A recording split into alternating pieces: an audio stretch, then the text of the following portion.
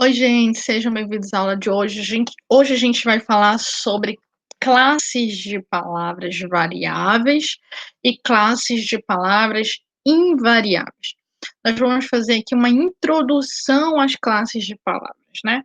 E é importante, por que que entender disso é importante? Porque quando a gente for estudar as classes de palavras, perdão, e a gente for falar dessas classes variáveis e invariáveis, a gente precisa saber por que que são variáveis, por que que são invariáveis, o que que varia, o que que não varia, né. Hã, Normalmente a gente vai e entra logo falando das classes de palavras e não faz essa observação, não faz essa explicação do que é uma classe variável, o que que não seria uma classe invariável. E de quebra, hoje a gente ainda vai falar um pouquinho sobre por que que estudar classes de palavras é importante, né? Sobretudo para quando a gente vai fazer análise sintática, né, para quando a gente vai estudar sintaxe. Então, vamos lá, vamos começar. E eu disponibilizo aí para vocês o meu slide, e a gente vai falar hoje sobre classes de palavras. Muito bem. Vocês estão vendo aí o meu slide, estou compartilhando com vocês, e a gente vai falar dessas classes de palavras. Bem, a gente já pode adiantar que nós temos 10 classes, de acordo com a gramática tradicional, né? São elas: substantivo, vou começar nesse sentido aqui, tá? Substantivo, adjetivo, verbo, pronome numeral, artigo, advérbio, preposição, conjunção e interjeição. Muito bem. Então, eu vou colocar aqui para vocês quais são as invariáveis e quais são as variáveis. Vocês estão vendo aí que nós temos 4 classes que são invariáveis, que são a preposição, a conjunção, o advérbio e a interjeição. Tudo isso de acordo com a gramática tradicional, tudo bem? E nós temos 6 variáveis, que são substantivo, adjetivo, numeral, artigo, pronome e verbo. Tudo bem? Aí vocês podem me perguntar: "Tá, Thaís, tu está colocando isso aí, e qual a importância disso?". Bem, a importância disso é que, de a gente saber essas coisas e saber exatamente o que que seria varia em quê? Varia por quê?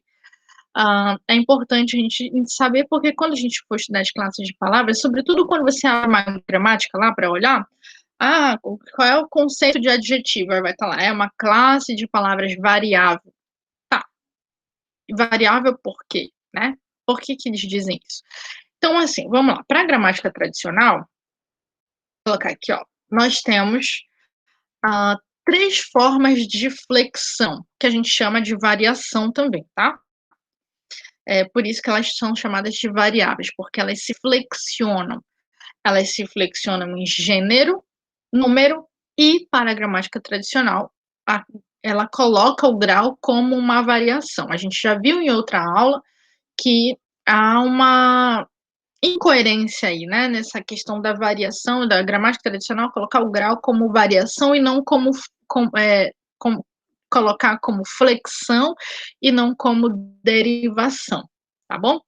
Mas, como a gente está vendo e conhecendo a gramática tradicional, o grau é colocado pela gramática tradicional como uma forma de flexão, de variação.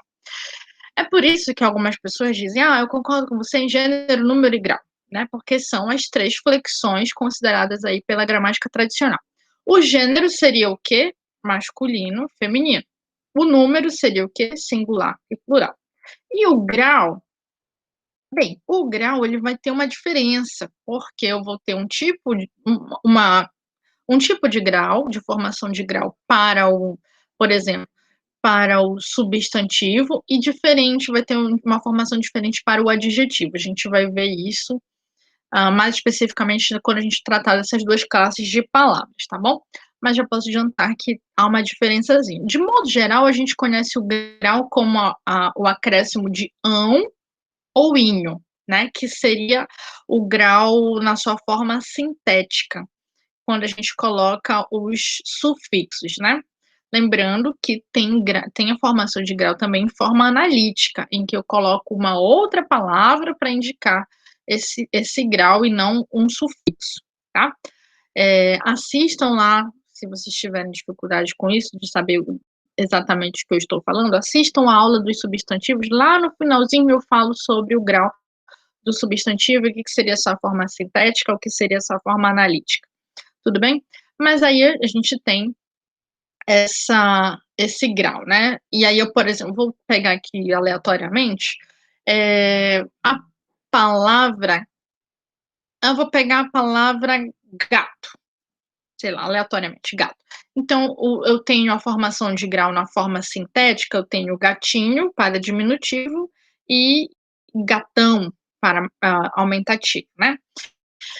Isso com substantivos, certo? Agora acontece o seguinte, olha que interessante. A gramática tradicional, muito embora, coloque o advérbio como uma classe invariável, ou seja, as classes invariáveis, elas não podem se flexionar de jeito e maneira em gênero, número e grau. Então, por exemplo, vamos voltar aqui rapidamente. Olha, já vou comentar essa questão do grau do advérbio. Muito bem. A gente vê que a preposição, a conjunção, o advérbio e a interjeição são classes invariáveis. E a gente viu ainda há pouco que as possibilidades de variação são 3: gênero, número e grau, segundo a gramática tradicional. Até rimou, olha que bacana. Então, assim, significa dizer que eu não posso fazer a flexão de gênero, nem de número, nem de grau dessas 4 classes de palavras. Vamos pegar aleatoriamente aqui, vamos pegar uma conjunção. Vou pegar a conjunção mas. Eu não posso dizer maisinho, maisão, né? Essa estrutura a gente não aceita muito, não tem, mesmo no uso fora da gramática tradicional, a gente não tem essa estrutura, né? Também, qual seria o mais sem i, tá, gente? Qual seria o feminino de mas? Qual seria o masculino de mas? Mas, no singular fica como? Mas, no plural fica como? Então percebam que não tem essa variação, a forma é a mesma, sempre a mesma. Por isso, essas classes são invariáveis. Acontece que a gramática tradicional coloca o advérbio como uma classe invariável. Confere? Confere. Mas, em alguns casos, o advérbio sofre a bendita chamada flexão de grau da gramática tradicional. Inclusive, vocês podem olhar em quaisquer gramáticas que vocês olharem tradicionais, vocês vão ver lá, grau do advérbio, né? Mas, Thaisa, ele não é invariável? Se ele é invariável, não pode variar. Não pode ter flexão de grau. Pois é, pois é. É uma incoerência da gramática tradicional, né? Quem sabe se ela colocasse e assumisse o grau como derivação, isso não aconteceria, o advérbio permaneceria como classe invariável sem exceção. Mas como ela insiste em considerar o grau como flexão, a gente vai ter uma exceção nas classes invariáveis, porque o advérbio não vai ser tão invariável assim. Querem um exemplo? O que eu acabei de dizer. Vamos voltar aqui rapidinho. Esse rapidinho é equivalente ao rapidamente, que a gente usa. É bem verdade que a gramática tradicional não aceita essa estrutura de rapidinho, né? Mas no uso a gente faz esse uso, ao invés de dizer rapidamente, a gente fala rapidinho, para indicar o modo, né? Acontece que, embora ela não aceite o rapidinho, né? Porque não, rapidinho não pode, é rapidamente. Ela aceita o cedinho. O cedão não sei, talvez não, mas o cedinho sim. Olha, ele acordou cedinho hoje. Então percebam, o cedinho é uma forma de o que a gramática considera de flexão de grau. Por isso, cedo é um advérbio de tempo, tá? Como eu faço? Eu posso acrescentar um sufixo que dá a essa palavra uma flexão de grau, né? O advérbio é uma classe invariável, mas que sofre a chamada flexão de grau, perdão, de grau. Então percebam, incoerências à parte da gramática tradicional, eu vou falar aqui rapidamente, não vou falar rapidinho, vou falar rapidamente, mas enfim, a gente já viu essa questão da variação linguística, tem uma aula, assistam lá, é muito importante para a gente entender esses impasses aí linguísticos, tá? Muito bem. Por que que é importante nós estudarmos classes de palavras? Bem, é importante porque, sobretudo, elas compõem a nossa língua, né, a gente precisa, para estudar a língua, precisamos, colocar em categorias, porque as palavras elas são semelhantes, ela tem estruturas semelhantes, então nada melhor do que organizar isso, essa estrutura toda e colocar em classes. Lembrando que, não, vamos colocar nas caixinhas, né? Aqui é a caixinha do substantivo, aqui é a caixinha do adjetivo, aqui é a caixinha do numeral. Mas significa dizer que elas não podem sair das suas caixinhas? Elas vão ser sempre, os substantivos sempre vão ser substantivos, os adjetivos sempre vão ser adjetivos? Não, não. A gente organiza nas classes, a gente coloca nas caixinhas, mas não significa dizer que uma palavra não pode ser de uma caixinha para outra, tá? Sem problema nenhum. Eu posso ter um verbo que pode ser, em determinados contextos, um substantivo. Eu posso dizer: "Menino, para de correr", né? Pare de correr. Nesse caso, tem o verbo correr. Se eu disser que o correr é saudável, faz bem à saúde, o correr deixa de ser verbo e passa a ser substantivo. Isso não não é nada ruim, não é pejorativo, não faz mal para a língua, não, não, na verdade, isso é uma característica inerente da língua, isso é até bom, porque faz com que a língua não seja uma língua estática, nenhuma língua é estática, nenhuma língua natural é estática, elas sofrem mudanças, elas sofrem variações, no decorrer do tempo, e isso não tem, elas sofrem variação e isso não tem problema nenhum, tá? Isso é completamente natural, não é bom a gente não pegar isso como um aspecto negativo, não. E quando a gente fala de morfologia, de classes de palavras, da forma dessas palavras que a gente coloca em categorias, né, em classes, para organizar esse sistema que é a língua, a gente precisa dizer que essas classes, elas vão ter reflexo na sintaxe, quando a gente for estudar a função dessas palavras nas frases, nas orações, nos períodos, tá? Por causa disso, eu fiz essa tabelinha para vocês, bem bonitinha, que mostra as classes. A gente não vai ter aí a interjeição, porque também não vai ter função sintática. Na verdade, há até ah, já há uma observação da parte da linguística, né, que é a ciência que estuda a língua, de que a interjeição não seria necessariamente uma classe de palavras, né, não comporia aí uma classe de palavras. Mas dentro das outras 9 que nós temos, substantivo, adjetivo, numeral, artigo, pronome, verbo, advérbio, conjunção e preposição, eu estabeleci uma tentativa de ajudá-los a perceber quando essa classe vai para a sintaxe, que função sintática ela pode assumir dentro de uma oração, dentro de uma frase, dentro de um período. Tudo bem? Então, assim, vocês podem analisar com calma, pausar o vídeo, analisar com calma. Eu não vou tecer grandes explicações, mas para ajudá-los de certa maneira, a gente já observa aqui embaixo que a conjunção é um conectivo, assim como a preposição também é, e conectivos não têm função sintática, tá? Então, fora os conectivos, nós vamos ter palavras que podem ser complementos, tá? Thaisa, o que seria um complemento? Complemento seria aquela palavrinha que vai ser o núcleo do sintagma, da estrutura lá, tudo bem? Vai ser o núcleo do sintagma. Quem pode ser núcleo? Quem pode ser núcleo são os substantivos, aqueles sempre serão núcleos.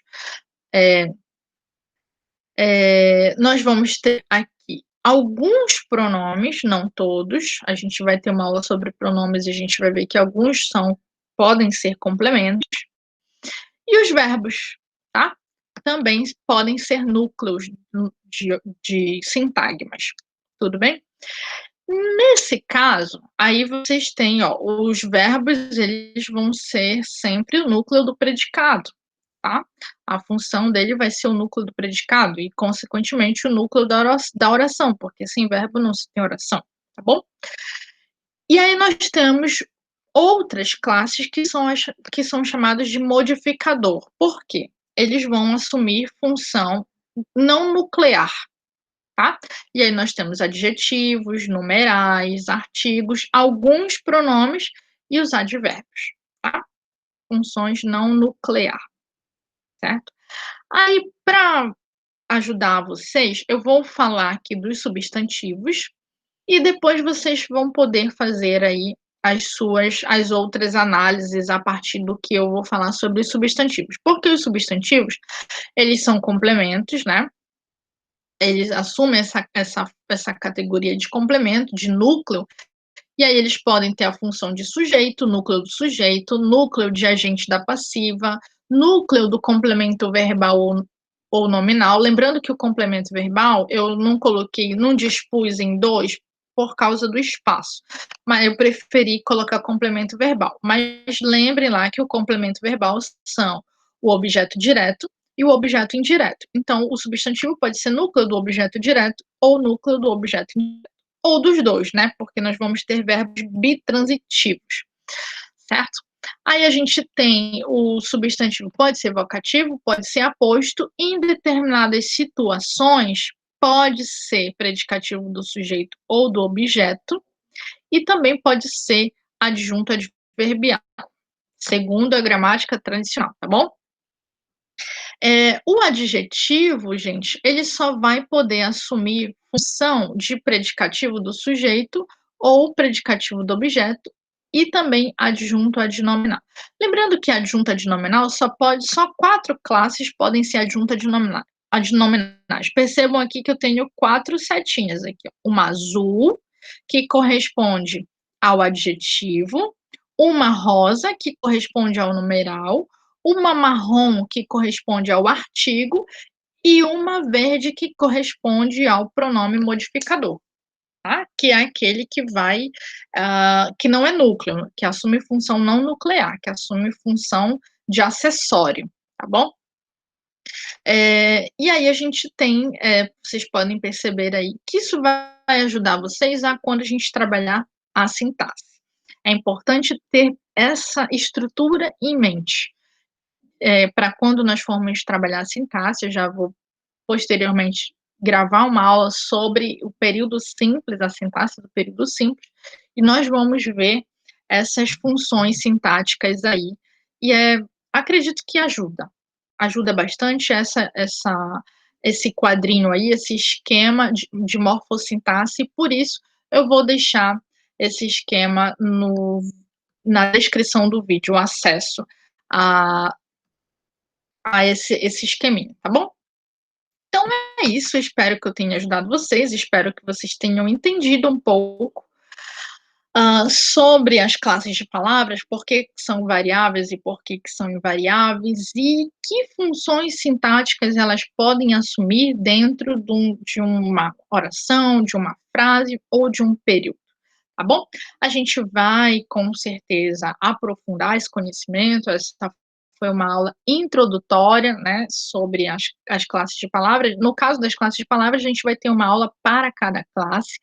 A de verbos já tem, a de substantivos também já tem, a gente vai gravar das outras classes e a gente também vai aprofundar aí a questão da sintaxe, da função sintática. A gente vai ter uma aula sobre período simples, a sintaxe do período simples. Então é isso, eu espero vocês na próxima aula e até mais.